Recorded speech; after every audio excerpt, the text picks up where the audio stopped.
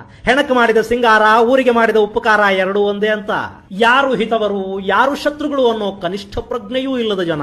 ಇವರಿಗಾಗಿ ಎಷ್ಟೆಲ್ಲ ಮಾಡಿಬಿಟ್ಟೆ. ಹಾಗಂದ್ಕೊಂಡ ಕೃಷ್ಣನಿಗೆ ಜನ ಅವತ್ತು ಇವತ್ತು ಯಾವತ್ತಿಗೂ ಬದಲಾಗುವುದಿಲ್ಲ ಅಂತ ಅನಿಸ್ತೊಡಗಿತ್ತು. ಹಾಗಲ್ಲದೆ ಇದ್ದಿದ್ರೆ ಧರ್ಮ ಸಂಸ್ಥಾಪನೆಗಾಗಿ ಮಾತ್ರ ಮಹಾಯುದ್ಧದ ಸಾರಥ್ಯ ವಹಿಸಿದ ತನ್ನನ್ನ ದುಷ್ಟ ಕಪಟಿ ಪಾಂಡವ ಪಕ್ಷಪಾತಿ ಅಂದ್ರು. ನಾನೇನ್ ನನಗೆ ಸಾಮ್ರಾಜ್ಯ ಬೇಕು ಅಂತ ಯುದ್ಧ ಮಾಡಿಸಿದ್ನ? ಇಲ್ಲ.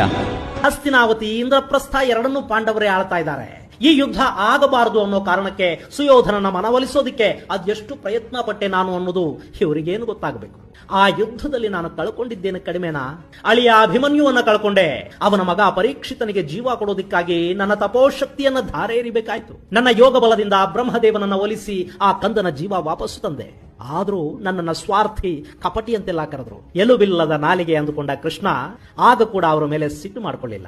ಮೂರ್ಖ ಜನ ಅಂದುಕೊಂಡು ಮುಗುಳ್ನಕ್ಕೂ ಸುಮ್ಮನಾದ. ಹೆಣಕು ಮಾಡಿದ ಸಿಂಗಾರ, ಊರಿಗೆ ಮಾಡಿದ ಉಪಕಾರ ಎರಡೂ ಒಂದೇ ಅಂತ.